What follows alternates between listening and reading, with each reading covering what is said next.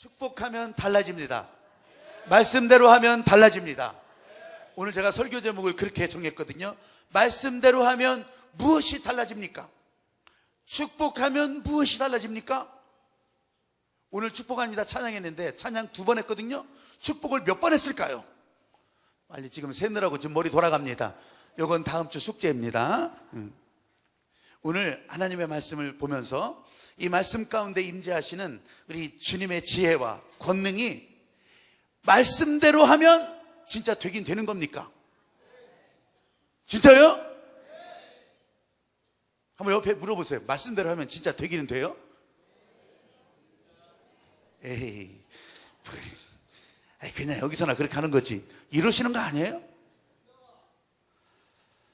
오늘 요한복음 2장 6절부터 11절, 우리 지난주에 이어서 그 다음부터 읽어가십니다. 말씀대로 하면 무엇이 달라집니까? 진짜 되기는 되는 겁니까? 자, 6절부터 같이 같은 목소리 읽어가십니다. 시작.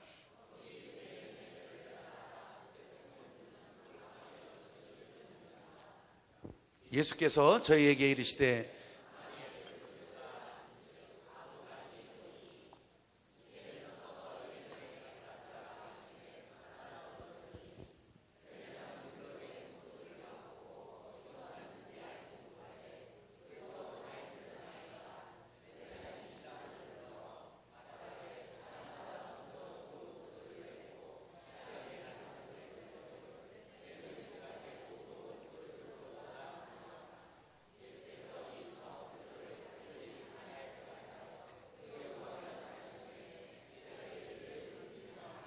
아멘. 수없이 많은 문제들이 있는데 저는 이번 요한복음을 통해서 12가지 질문을 그냥 제가 한번 던져보면서 사람들이 가질 수밖에 없는 질문, 그리고 주님께서는 어떻게 이것을 보여주셨을까, 늘 설교 듣던 가운데 있었지만 벼락처럼 깨우쳐 주시는 그런 하나님의 마음이 있었길래, 그래서 벼락 요한복음 강해, 벼락 같은 요한복음 강해, 그래서 12번을 목적으로 이렇게 해나가고 있습니다. 오늘 6번째, 저는 그런 거예요. 지난주에서 오늘 물이 포도주로 바뀌어지는 그 표적의 현장에서 주님 말씀하신 대로 하라고 했고 또 주님 말씀하신 대로 했거든요. 근데 거기서 달라졌어요. 근데 여기는 그렇다 치고 우리 삶의 현장에서, 우리 문제에서 말씀하시는 대로 하면 진짜 되는 겁니까? 진짜 돼요? 에이, 여러분이 하고 싶은 것만 하고 된다고 하는 거 아니에요? 말씀하시는 대로 하는 게 있는데, 말씀하시는 게 있는데 그건 내가 할 수 있는 것만, 요거는 내 마음에 드는 것만 그렇게 하면서 지금 된다고 말하는 거 아니에요? 여러분, 오늘 이 말씀의 현장에서 오늘 우리들에게 진짜 주님이 주시는 마음, 벼락같이 우리들에게 깨우쳐 주시는 것이 무엇인지 그걸 여러분들이 안고 돌아간다면, 여러분들은 이 땅에 또 포도주가 떨어지고 또 밥이 떨어지고 또 다른 문제가 생겨도 언제든지 주님 말씀 따라 해결함을 얻을 수 있는 기쁨이 여러분에게 약속되어 있다고 하는 사실을 발견하길 바랍니다. 아멘. 예수님의 어머니 마리아가 이 문제 있는 현장에서 자기 아들 예수가 뭔가를 할 것 같은데 느낌이 있거든요. 왜냐하면 예수님의 어머니 마리아는 이전서부터, 이 예수님을 잉태할 때부터 천사와 통했던 사람이잖아요. 하늘과 통했던 사람이잖아요. 그 느낌은요 절대 없어지지 않아요. 단지 덮여져 있고 막혀져 있을 뿐이지 그 느낌은 언제든지 살아날 수 있고 그 상황, 그때가 되면 금방 반응하게 되는 거예요. 마리아는 지금 명확하게 무슨 일을 하실지는 몰랐지만 자기 아들 예수가 무슨 일을 지금 여기서는 할 수 있을 것 같았어요. 문제가 있으니까 이 문제를 해결해 줬으면 좋겠다, 그런 기대를 가지고 여기 포도주가 떨어졌다는데, 나하고 무슨 상관입니까? 아직 내 때가 이르지 아니하였는데 그게 나하고 무슨 상관입니까? 예수님이 그렇게 말씀하셨던 현장이 바로 여기입니다. 예수님께서 요한복음이나 요한계시록에 보면 마지막 때, 그러니까 사도 요한이 표현하는 예수님의 때 많이 나와요. 근데 그 예수님의 때라는 것은 사실은 다 죽음하고 관계되어 있어요. 죽음. 예수님의 죽음. 예수님께서 이 땅에 오신 목적이 있거든요. 그 예수님의 죽음이 목적인데, 죽어야 사는 길이 열리는 것이 하나님이 계획하신 일인데, 그 예수님의 때가 아직 이르지 아니하였다 이거예요. 지금 그냥 가나 혼인 잔치집에서 포도주가 떨어진 문제 가지고 내가 지금 여기서 죽어야 하겠냐 이거예요. 아직 그때가 아니다. 그래도 마리아는 하나님과 통했던 사람이라고 했잖아요. 지금 뭔가 하실 건 알아요. 그래서 마리아가 그 집 하인들에게 얘기하는 겁니다. 너희에게 무슨 말씀을 하시든지 시키는 대로 해라. 느낌이 있으니까. 여러분, 진짜 시키는 대로 하면 되는 건가요? 오늘 본문이야 우리가 결과를 알고 있으니까 그렇지만 진짜 내 삶의 현장에 나 지금 죽어 자빠지고 지금 내가 어떻게 해야 될지 모르겠고 어디로 가야 될지도 모르겠고 이거 지금 해야 되나 말해야 되나 이렇게 정말 처절하게 고민하고 있는 현장에 예수님께서 말씀하시면 진짜 그렇게 하면 되는 겁니까? 여러분, 우리 안에 주께서 이 말씀을 통해서 알려주시는 것은 된다 하시지만 되기 전에 우리 인생을 달라지게 만드시는 거예요. 우리 인생이 이 땅에 속한 인생이 아니라 하늘에 속한 인생으로 바꿔놓으신다고 하는 것을 먼저 여기 계신 여러분들이 실제로 경험하기를 주의 이름으로 축복합니다. 인생이 달라집니다. 인생이. 구약성경에서 하나님께서 자기 백성을 사랑할 때는요, 남편이 아내를 보호하듯이 아내를 사랑하듯이 그렇게 자기 백성을 사랑하신다고 하셨어요. 근데 그 사랑하다 못해 그저 멀리 떨어진 존재가 이 백성들의 앞길을 인도하고 이 백성들의 살 길을 열어주는 그런 것으로 끝내지 아니하고 진짜 찾아오신 거예요. 찾아오신 거예요. 예수님의 몸을 입고 예수님으로 이 땅에 오셔서 그 길을 열어주시려고 오신 거잖아요. 여러분, 오시니까 무엇이 달라져요?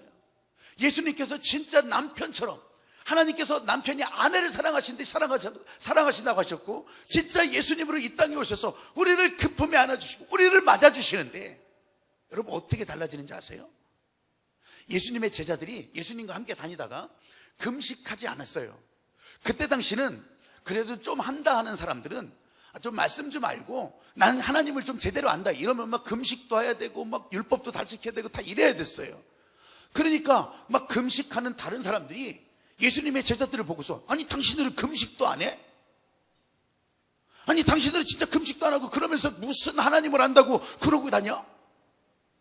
그때 예수님께서 이 사람들에게 벼락 같은 선포를 하시는 거예요. 신랑이 여기 있는데 신랑의 친구로 같이 다니는데 신랑의 친구들이 기쁨을 내려놓고 금식할 이유가 뭐가 있겠느냐? 사람들이 알아듣지 못하죠. 알아듣지 못해요. 신랑 되신 예수님과 지금 그 기쁨으로 함께 살고 있는데 여러분, 믿음 안에서의 기쁨과 신앙 안에서의 기쁨과 자유는 이런 것이에요. 여기 계신 여러분들이 하나님과 동행하고 성령의 능력으로 함께 살기를 소망한다면 어떤 때는요, 아니 그렇다고 해서 새벽 기도도 안 나와 이런 것이 문제가 안 되더라 이거예요. 내가 기쁨을 더 깊게 하고 하나님과 통하는 순간들을 그리고 하나님께서 부여해 주신 기쁨의 능력을 더 크게 하기 위해서 기도하는 현장을 가지는 것은 그것이 내게 기쁨이고 나에게 주신 하나님의 축복의 지경이라고 하는 것을 알기 때문에 기도하는 거죠. 근데 그렇다고 해서 안다웠다고 해서 그것이 잘못된 것은 아니라 이거예요. 이번 장가계 여행을 우리 교회팀으로 같이 갔습니다. 여러분, 교회팀으로 여행한다는 것의 즐거움은 서로 섬겨주고 배려하고 또 절제해주고 내가 돈 내고 왔으니까 그저 나 하고 싶은 대로 한다. 아니 내가 내 돈 내고 하는데 내가 왜 내 마음대로 못하느냐. 여러분, 일반 여러분들의 친구들이나 또 이런 단체에서 여행하면 그런 모습들이 많이 나타납니다. 그리고 그 다음 뭐 일정이 끝나면 그 다음에 이어지는 안 봐도 연속극이 안 봐도 연속극. 근데 교회팀으로 같이 하니까 그냥 서로 섬겨주고 또 절제하고 또 다른 사람들을 배려해서 잘 할 수 있도록 잘 못하시는 분들은 참아주고 또 기다려주고 또 잘 하실 수 있는 분들은 또 못하시는 분들 때문에 속도도 늦춰주고 또 배려해주고 섬겨주고. 그런데 버스 안에서 기다리는 시간이 잠깐 있었습니다. 있는 시간에 그래서 무료함을 달래기 위해서 농담을 하다가 이렇게 전부 다 거기 있는 이제 한국 팀들이니까 한국 사람들이니까 노래를 막 하기 시작했어요. 그래서 1등하면 2,000원 내기다 그렇게 하면서 막 노래가 붙었는데 2,000원을 땄겠습니까? 안 땄겠습니까? 그거는 상상에 맡기시고 그런데요, 우리가 교회팀이라는 걸 알면서 어떤 사람이, 그 논산에서 오신 분들인데, 그 어떤 사람이, 교회팀이세요? 그러면서 교회에 대해 반색을 하는 것처럼, 저 사람도 교회에서 온 사람이구나. 그래서 제가 이제 그랬어요. 제가 목사라고 하니까, 아니, 목사님이 그러면 17일날, 주일날 떠났어요? 예, 주일날 예배 드리고 오후에 떠났다고. 아니, 목사님은 24시간 교회에서 불철주야 기도해야 되는 거 아니에요? 아니, 어디 교회이세요? 어디 논산 어디 교회래? 무슨 동에 있어요? 아니, 잘 가지 않아서 모르겠다는 거예요. 무슨 동에 있는지. 그리고 언제 떠나셨어요? 그러니까 주일날 새벽에 떠났대요. 어떡하라고? 여러분, 예수님께서 금식하지 않는 제자들을 보면서 비판하는 사람들에게 예수님과 함께 있는데 지금 예수 그리스도를 기다리기 위해서 금식하는 너희들이 지금 이 사람들에게 말할 이유가 뭐냐? 이들은 나의 친구다. 여러분, 인생이 달라지는 거예요. 쫓겨다니던 인생에서, 율법에 매여다니던 인생에서 율법을 완성하시는 주님과 함께 그 기쁨을 누리는 사람들로 바뀌어진다고 하는 사실을 믿으시기 바랍니다. 여러분이 바로 그 사람이에요. 믿으시면 아멘. 근데 그 잔치의 기쁨을 잘 모른단 말이에요. 당장 신랑 신부가 되었다고 하나님 만나고 은혜 받고 성령 받고 이런 사람들이야 더 기쁜 감격을 알겠죠. 여기 오면서도 기대하고 찬양하면서도 즐겁고 감사하고 내 안에서부터 내가 생각하지도 못했던 저 영적인 세포까지 다 주를 향해서 찬양하는 것을 여러분들도 느꼈을 거예요. 근데 느끼지 못하는 분들도 있거든요. 결혼식 잔치집에 친구로 왔어도 아직 결혼이 멀고 나는 결혼하고 상관없다 이렇게 여기는 사람들은 그 결혼 잔치의 즐거움이 남의 집 일이에요. 와 있지만 강 건너 불구경이란 얘기예요. 나하고 관심 별로 안 가는 거예요. 창밖 쳐다보고 그냥 먼 산 바라보고 끝나는 거예요. 와 있음에도 불구하고. 그런데 내가 바로 다음에 결혼할 사람이란 말이죠. 내가 다음 순서를 받은 사람이란 말이죠. 그럼 그 친구들 사이에 그 다음 순서 받은 사람의 기쁨이 어쩌면 더 클 수 있잖아요. 내가 그 친구로 초대받았어요. 그래가지고서 어떤 여자는 부케를 또 받는 거예요. 부케를 받아야지 다음에 결혼을 한다고 해서 그 부케를 한 번, 두 번, 또 세 번 다 받아가지고 3번을 넘어서 5번, 10번을 받아도 못 가는 경우는 나는 책임을 못 져요. 그렇지만 어쨌든 기대하면서 하잖아요. 이런 기쁨을 누가 알겠어요? 근데 상관없이 여기는 사람, 예배에 같이 있으면서도 주님과 함께 있으면서도 주님과 상관없다고 여기는 사람은 그 기쁨과 연결이 안 되는 거잖아요. 연결이.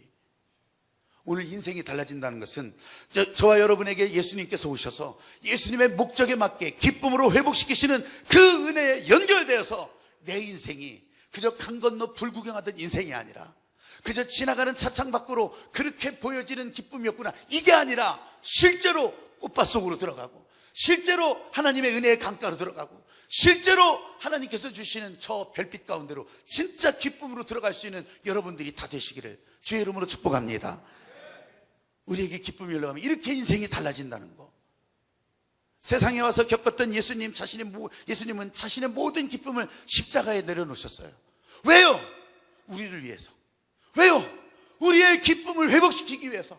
원래 하나님께서 만들어 놓으신 그 기쁨을 우리 안에 제대로 열어주시려고 그 길을 감당하셨는데 그냥 구경하고 끝날 거예요. 사랑하는 여러분, 주님이 열어놓으신 그 길, 여러분 눈앞에 이 조그만 십자가로 보일지라도, 아니면 큰 십자가로 보일지라도, 아니면 보이지 않는 예수님이 열어놓으신 기쁨의 길이라고 할지라도, 여러분 진짜 응답하고 걸어 들어갈 때 그게 진짜 여러분의 기쁨이 된다고 하는 것을 믿으시기 바랍니다. 천국의 기쁨을 버리고 이 땅에 오신 예수님께서 목적하셨던 그것, 그래서 성령이 임하고 또 성령으로 채워지고 성령이 움직이면서 이게 능력이 되기 시작하고 마음에 합당한 열매가 맺혀지기 시작하고 주님이 말씀하시는 것에 따라 움직여가는 선교사들, 또 영혼 구원을 위해서 움직이는 전도자들, 그리고 여기 계신 여러분 모두들, 주께서 목적하신 그것이 제대로 회복될 수 있게 되기를 여러분도 원하시면 아멘. 주님 말씀 따라 간다고 하는 것이 사실 실감하려면요, 그 현장에 있는 사람들에게 제대로 물어보면 제대로 대답이 나와요. 제대로 선교 활동하시는 분들이 있어요. 어떤 때는 열매가 적을 수도 있지만 그저 거기에서 살아서 견디는 것도 선교인 경우가 있거든요. 근데 그분들에게 물어보면 주님 말씀하셔서 합니다. 말씀대로 사니까 내가 지금 이 인생이 되었습니다. 지금 내 인생을 주님께서 여전히 인도하십니다. 우리 교회에서 정지영 선교사님, 정지영 선교사 후생 지금 서안에 가서 이제 6개월 정도 언어 훈련을 받았어요.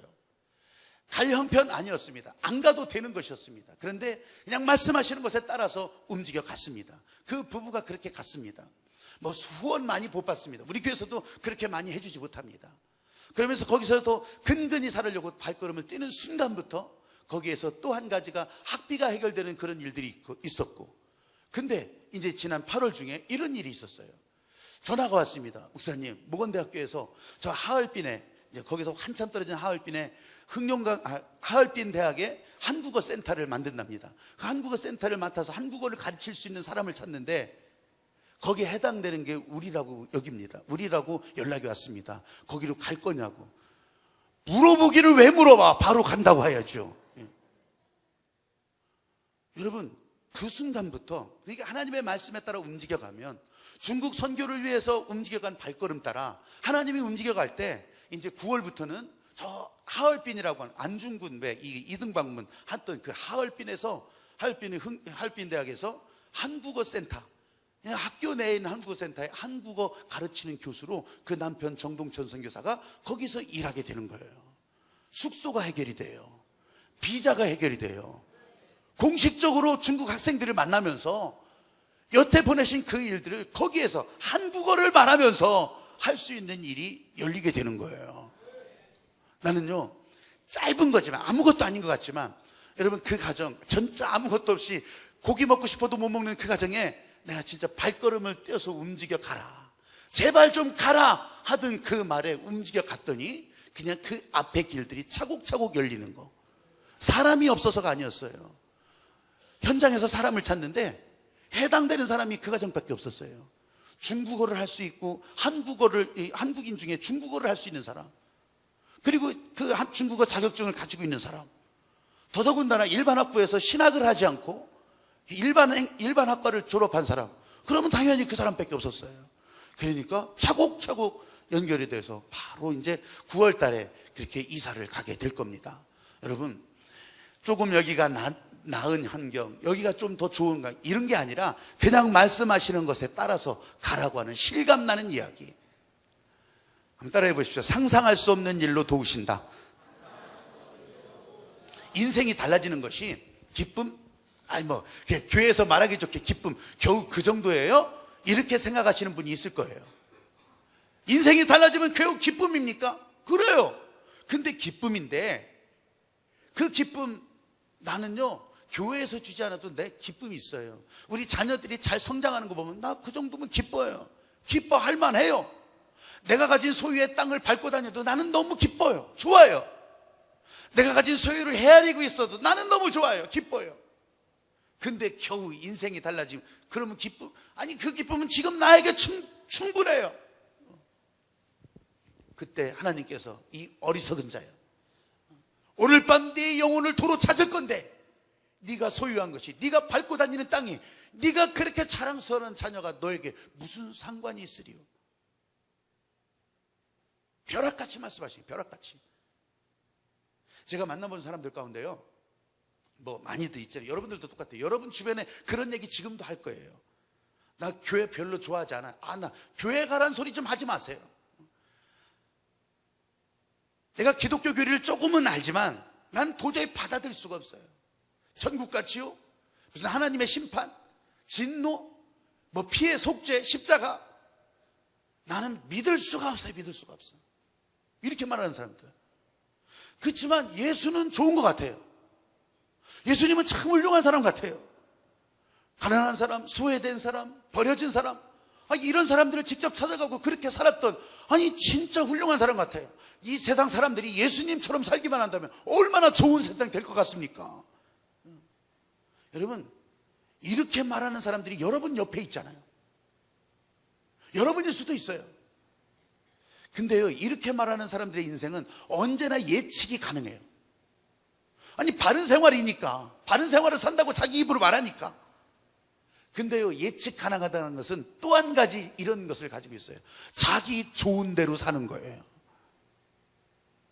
자기 하기 싫은 건 안 하는 거예요. 자기 좋은 것만 쫓아 살다가 죽을 인생이 바로 이렇게 예측될 만한 인생이라는 거예요. 그리고 사람들이 자기 좋은 일을 많이 해주면 살기 좋은 세상이라고 하는 거예요. 사람들이 나에게 좋은 말 해주고 사람들이 나에게 좋게 대해주면 참 좋은 곳이라고 얘기하는 거예요. 아니에요? 그렇지만 본인은 진짜 그런 세상을 만드는데 수고하기 싫어해요. 남들은 그렇게 해주기를 원하지만 나는 희생하기 싫어해요. 그래서 교회를 좋아하지 않는 거예요. 교회는 되든 안 되든 어쨌든 그렇게 하라고 하잖아요. 섬기라고 하잖아요. 희생하라고 하잖아요. 배려하라고 하잖아요. 그래서 교회를 가기 싫어하는 거예요. 알기는 알지만. 근데요, 예수님이 우리 인생을 다르게 하는 것은, 여러분, 우리의 상상을 초월하는 일이라고 했잖아요. 우리의 방식을 초월하고 우리의 생각의 범위를 초월하는 거예요. 이번 교황 방문을 다시 한번 얘기하자면 다른 각도로 얘기할게요. 야, 내가 교황을 통해서 진실한 삶의 모습을 보았대요. 아니, 사람이 이렇게 겸손할 수 있을까? 이렇게 신실할 수 있을까? 아, 이런 모습을 봐서 진짜 삶의 모델이 되었다는 거예요. 그래서 생각이 바뀌었잖아요. 여러분, 우리 옆에 진실하게 살았던 사람이 없어서 이제 텔레비전 보고 이제 그 교황, 사람일 수밖에 없는 교황을 보고서 무엇 삶의 표본을 봐요? 여태 이 사람 주변에, 여러분 주변에 진짜 그렇게 삶의 모델이 없었어요? 아니, 진실하게 살면서 조국과 민족을 위해서 목숨을 내던졌던 사람 없었어요? 뭐 그렇게 거창하지 않아도 여러분의 주변에 정말 신실하고 정말 진실하게 살면서 우리 사람들의 한 영혼을 아껴주고 정말 모범이 될 만한 그런 사람 없었어요? 여러분, 수없이 많이 있었는데 그 수없이 많은 사람들은 깡그리 무시하고 지금 인제 삶의 모델을 발견해요?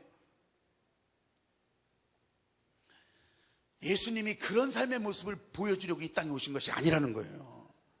예수님은 오히려 평화를 주러 온 줄 아느냐, 내가 검을 주러 왔다고까지 말씀하셨어요. 예수님께서 이 세상에 오신 가장 중요한 이유는 훌륭한 모범 인간이 되려고 오신 것이 아니었다는 거예요. 하나님께서 이럴 때 제대로 알려주라고, 제발 이것 좀 제대로 알려주라고 제가 설교를 준비하면서 계속해서 그냥 주시는 마음이 그런 거였어요. 예수님이 어떻게 삶의 훌륭한 모범인간이에요. 최고의 모델이에요. 4대 성인 그걸로 끝날래요? 그렇지 않다는 거예요. 여러분, 이래서 복음이 되는 거예요. 4대 성인이라고 한다면, 삶의 모델이라고 한다면 더 많은 사람들이 모델로 등장할 수 있어요. 근데 예수님은 그런 사람이 아니기 때문에 예수님의 말씀이 복음이 되고 그 복음이 오늘 우리를 살리고 여기까지 오게 하셨다고 하는 사실을 믿으시기 바랍니다. 예수님이 너무 완벽해서 나도 예수님 닮고 싶어요. 100% 닮아갈 수 있다고 생각하세요? 천만의 말씀. 예수님은 하나님의 아들, 이 땅에 오신 하나님의 모습인데 우리가 그걸 어떻게 닮아가냐고요. 닮아가려고 노력했던 사람이 알버트 슈바이처 박사. 슈바이처 박사 여러분 유명하잖아요. 아프리카의 성자. 이 사람은요, 예수님을 닮아가려고 노력했던 사람이에요. 예수님처럼 살아려고 했던 사람이에요. 그래서 아프리카까지 자기 인생을 내던지면서 그러면서 아프리카의 성자로 살았던 사람이에요. 그렇지만 슈바이처는 예수님을 진짜 몰랐어요. 슈바이처는 신학자이면서 목사이기도 했어요. 의사이기도 했고. 근데 슈바이처는요, 이 땅에 살았던 예수의 모습만 믿겠다는 거예요. 부활하신 예수, 그거 꽝이라는 거예요. 하나님의 아들 오신 예수, 그런 거짓말이 어디 있냐는 거예요. 그래서 역사적인 예수, 이 땅에 살았던 예수의 모습만 따라가겠다. 그게 슈바이처예요. 훌륭한 사람이죠. 훌륭한 사람인데 신앙적으로 볼 때는, 영적으로 볼 때는 바로 그렇게 엄청난 오류를 가지고 있던 사람이 슈바이처라는 거예요. 여러분, 우리가 예수님을 100% 닮아가 보려고 할 수 있을 것 같아요? 안 된다는 거예요. 될 수 없어요. 되면 안 되는 거예요.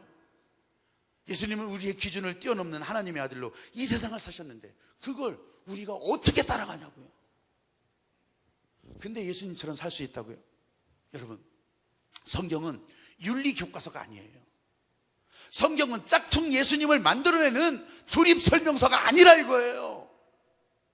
아무리 똑같이 시바이처럼 예수님처럼 있어도 내게 임재하시는 하나님의 영광을 어떻게 아냐고요. 내가 모든 것을 완벽하게 100점 시험지를 낼 수 있어도 하나님의 성령이 지금 내게 임재하고 하나님의 성령이 나를 이끌고 내 삶의 방향을 끌어가시는 것을 어떻게 아냐고요. 훈련해서 알아요? 천만의 말씀. 공부해서 알아요? 아니라고요. 그래서 구약시대에는 하나님께서 이 하나님과 통하기 위한 절차를 법으로 알려주신 거예요.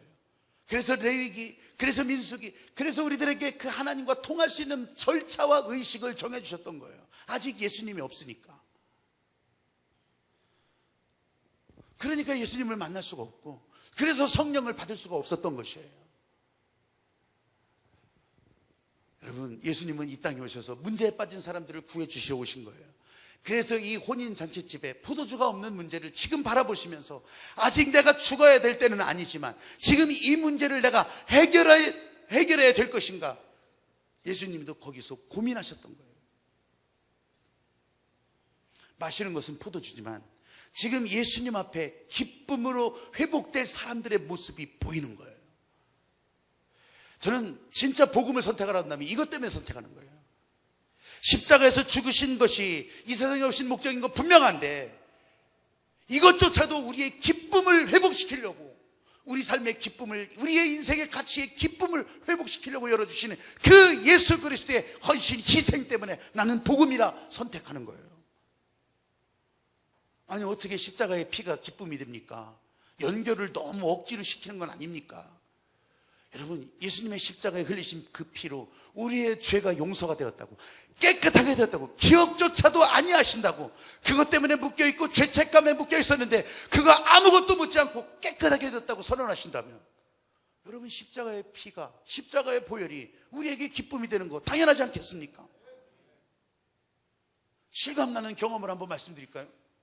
여러분, 누군가, 여러분의 친구가 아주 그냥 좋은 핸드폰을 자랑한다고 해보십시다. 최신형 스마트폰, 그것도 36개월 막 약정 할부, 잃어버리면 36개월 동안 꽁으로 돈을 내야 되는 그 핸드폰을 자랑하고 있어요. 나도 좀 한번 봐. 그래, 한번 보여주려고 하다가 저 옥상 밑으로 떨어지면서 바작짝짝짝. 요즘은요, 자동차 기스난 거 그 아픔보다 핸드폰 부셔뜨리면 그게 어우, 미안합니다. 그거 내가 다시 사드리겠습니다. 어우, 다행이네. 그래요, 됐어요. 여러분, 이러면 끝나는 줄 아세요? 거기에 들어있는 사진은 어떡하고, 거기에 들어있는 연락처 주소로, 거기에 돈 꿔준 사람 이름도 다 있고 액수도 있고 받을 날짜도 다 적혀있는데 그거 어떡하고. 아니, 백업 해놓으면 되죠. 백업이 뭔지도 모르는데. 여러분, 이 실감나는 경우 아니에요?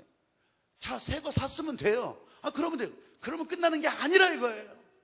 그럼 그 다음에 거기에 중요한 기록들, 자기 삶의 모습들, 약속되었던 것들 다 어떡하라고. 여러분, 생각해보면 그렇다는 거예요. 생각해보면 우리가 인간적으로 겪으면서도 그런 일이 있잖아요. 신경 쓰지 마세요. 그냥 새로 살면 됩니다. 이렇게 말할 사람이 과연 몇 명이나 되냐고요. 더 실감나는 거는 이런 거예요. 어떤 사람이 나를 막 모욕해요. 나를 모함해요. 그리고 나에 대해서 함부로 얘기해요. 그런 얘기를 누군가 전해줘요. 당장 듣는 순간부터 그 사람에게 찾아가서 눈에는 눈, 이에는 이 할 수 있을 거예요. 그렇지만 들으면서 so cool이에요. cool. 그래. 쿨하게. 그러라고 내버려둬. 그렇게 아무리 나는 쿨하게 얘기해도 에어컨 바람은 앞에서 시원하게 나가고 있지만 뒤에는 뜨거운 바람이 나가는 걸 아셔야 돼요. 나는 쿨하지만 속으로는 열받는 거 솔직하잖아요. 여러분, 그게 인간의 모습이잖아요. 아무리 쿨하지만 나는 속 안에서 아주 열나는 거예요. 열나는 거. 이게 일반적인 사람들의 문제의 모습이잖아요. 그런데 하나님의 사람은 달라져야 된다는 게, 하나님은 이거 원래서부터 알고 계셨어요. 그냥 그렇게 끌어안고 있을 것이 아니라 그 죄의 값을 치러야 되는 것이라고, 그 열받은 값을 치러야 되는 것이라고. 근데 우리 생각으로는 그럼 쫓아가서 눈에는 눈 해야 되는 겁니까? 하나님은 그것을 예수 그리스도의 십자가로 대신해 주셨다는 거예요. 믿으시면 아멘. 그래서 내 안에 상처가 되고 내 안에 아픔이 되고 내 안에 무너지는 이 깊은 상처가 되는 것들을 예수님께서 우리의 모든 죄를 용서하셨다, 그 피로 깨끗게 하셨다, 그 피로 나를 덮어주심으로 인해서 뒤로 나오는 열기를 다시 열로 부딪혀서, 그래서 에너지로 바꿔주시고 능력으로 바꿔주시고, 그래서 삶의 동력으로 바꿔주시고 세상을 다스리는 믿음의 사람으로 승리자로 바꿨다고 하는 사실을 믿으시기 바랍니다. 우리에게 일어나는 죄, 열받을 일, 반드시 값을 치르게 돼 있는 거예요. 그게 하나님의 본성이에요. 값을 물으셨어요. 죄값을 물으셨어요. 근데 우리가 일일이 십자가에 죽지 않아도 예수께서 대신 죽으신 그 은혜 때문에 우리들이 바로 그 자유함을 누리게 되었다고 하는 사실을 믿으시기 바랍니다. 상상을 초월하는 방식으로, 우리들 세상 사람들의 방식이 아니라 우리의 생각을, 기준을 뛰어넘어서 예수님께서 우리에게 해결해 주신 이 문제 해결의 방식, 아직 실감이 안 나시죠? 한번 따라해 보십시오. 말씀하시는 대로 해보자.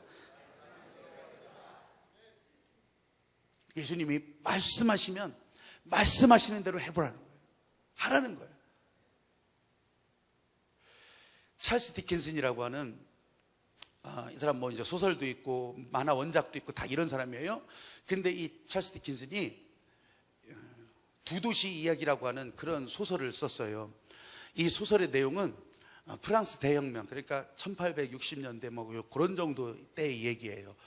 프랑스 파리와 영국을 오고 가는 사람들의 얘기가 이제 두 도시 이야기인데, 좀 간략하게 말씀드리면 제가 하고자 하는 얘기가 그거예요.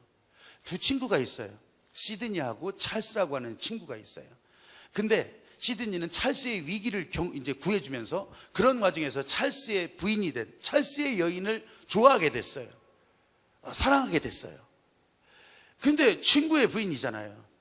어떻게 할 수 없어요. 그러니까 그냥 맨날 술이나 먹고 그냥 인생 의미 없다, 그렇게 하고 지냈던 시드니였어요. 근데 이 찰스가 자기 고향 프랑스 파리에 들어가면서 프랑스 대혁명 사건에 연루되기 시작하는 거예요. 그러면서 연루되고 재판받고 그러는 가운데 사형을 받게 됩니다. 처형을 이제 확정이 되어서 지하 감옥에 갇히고, 그러면서 이제 내일 처형당하게 됩니다. 변호사였던 시드니가 도저히 이걸 그냥 두고 볼 수가 없었어요. 그래서 찾아갑니다. 지하 감옥에 찾아갑니다. 둘은 용모도 비슷했습니다. 키도 비슷했고 모양도 비슷했습니다. 사람들은 언뜻 구분이 할 정도로 참 닮은 친구라고 했었습니다. 거기서 이 찰스에게 약을 먹입니다. 약을 먹여서 기절시키고 이 찰스를 감옥 바깥으로 내보냅니다. 그리고 자기는 찰스의 옷을 입습니다. 죽지 않아도 될 사람이 내일 처형 선고를 받은 이 사람의 옷을 입고 대신 죽을 결심을 하는 겁니다. 다음 날이 됐습니다. 그래서 처형장으로 이동을 합니다. 단두대입니다. 그냥 위에서부터 칼이 그냥 팍 떨어지는 이 단두대로 이제 이동을 합니다. 이동을 하는데 그 프랑스 대혁명 사건, 바스티유 감옥을 막 폭파시켰던, 그 파괴했던 그 사건에 연루됐던 사람들 가운데 다 처형을 당합니다. 근데 그때 같이 있었던, 찰스와 같이 있었던 어떤 여인이 찰스인 줄 알고, 내가 당신의 위로를 구합니다. 우리 같이 죽지만 그래도 나한테 위로를 해주면 좋겠습니다. 고개를 돌리는 순간 이 사람이 찰스가 아닌 것을 알았습니다. 당신 누구요? 아니 당신이 지금 찰스가 죽어야 될 그 길을 대신 죽으러 간단 말이에요. 왜 그러는 거예요?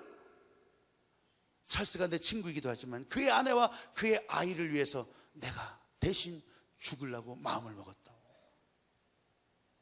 이 얘기를 듣는 이 늙은 재봉사는, 그 여인은 이제 생각을 합니다. 당신이 진짜 이런 일을 할 수 있다면 당신의 한마디가 내 인생을 바꿔놓을 수 있을 것 같습니다. 그래서 당신이 내 손을 한번 잡아주면 나는 두려움도 다 사라질 것 같고, 나는 당신의 그 따뜻함 속에서 이 공포를 이겨나갈 수 있는 그런 사람이 될 것 같습니다. 제발 내 손을 잡아주지 않겠습니까? 손을 잡아주는 순간 진짜 이 여인은 죽음의 공포가 사라지고, 그러면서도 따뜻함을 느끼고 죽음 앞에서 담대함을 얻는 그런 사람이 되어간다. 그 소설의 내용을 이제 간략하게 얘기하면 그런 내용입니다. 제가 하고 싶은 얘기가 있습니다.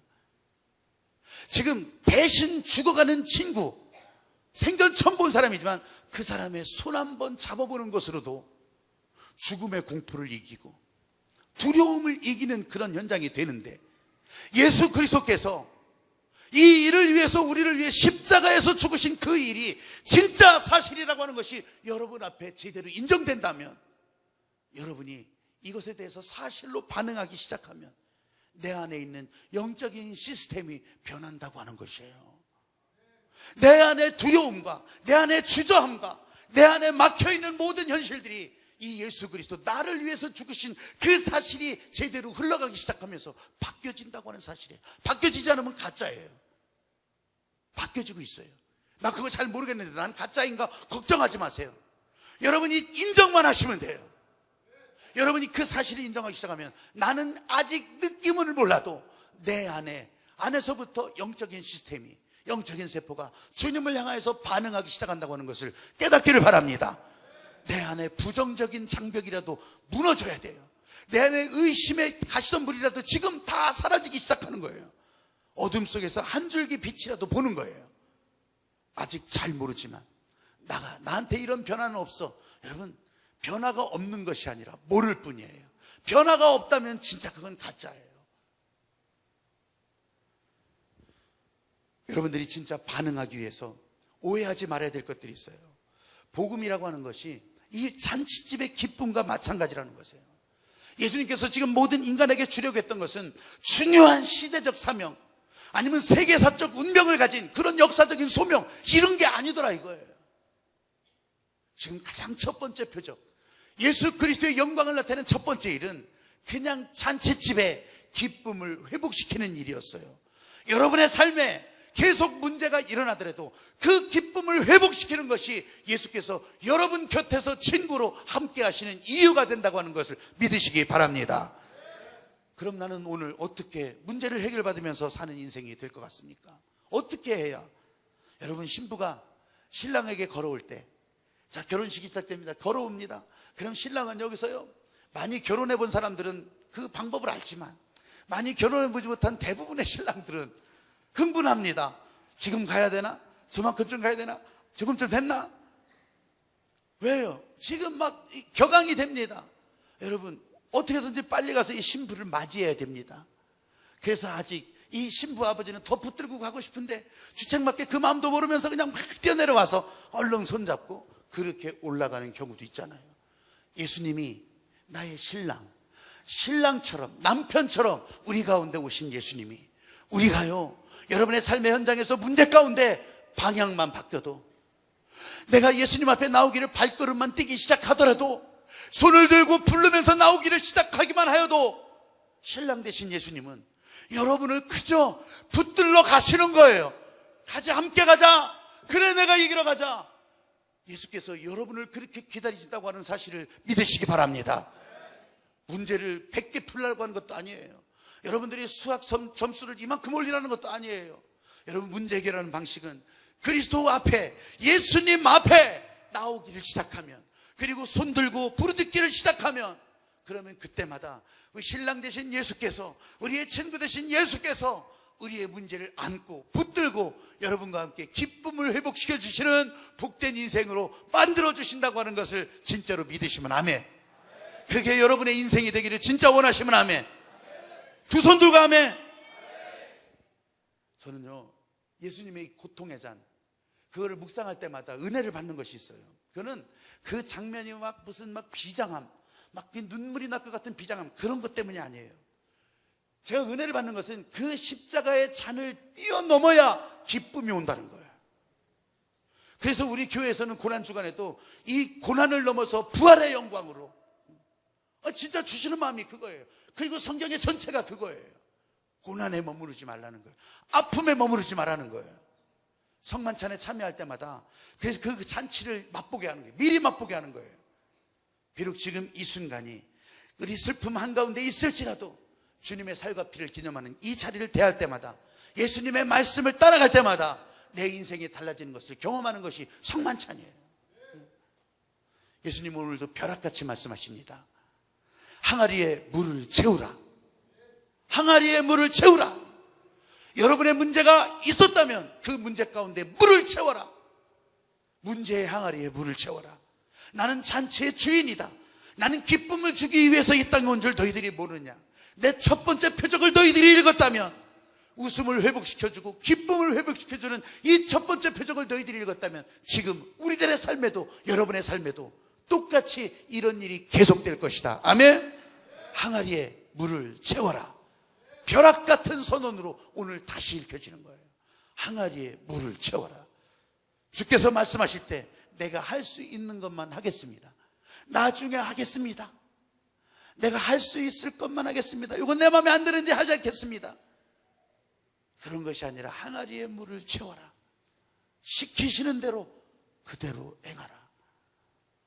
예수님이 무엇을 가지고 세상을 바로잡을 것 같습니까? 여러분, 이거예요. 이제 좀 알 것 같습니까? 항아리에 물을 채우라면 채우는 일로부터 세상을 바로잡기 시작하는 거예요. 오늘 우리들에게 말씀하시는 것은 무엇입니까? 여러분에게 말씀하신 것은 무엇입니까? 그대로 할 수 있기를 바랍니다. 기도드리겠습니다.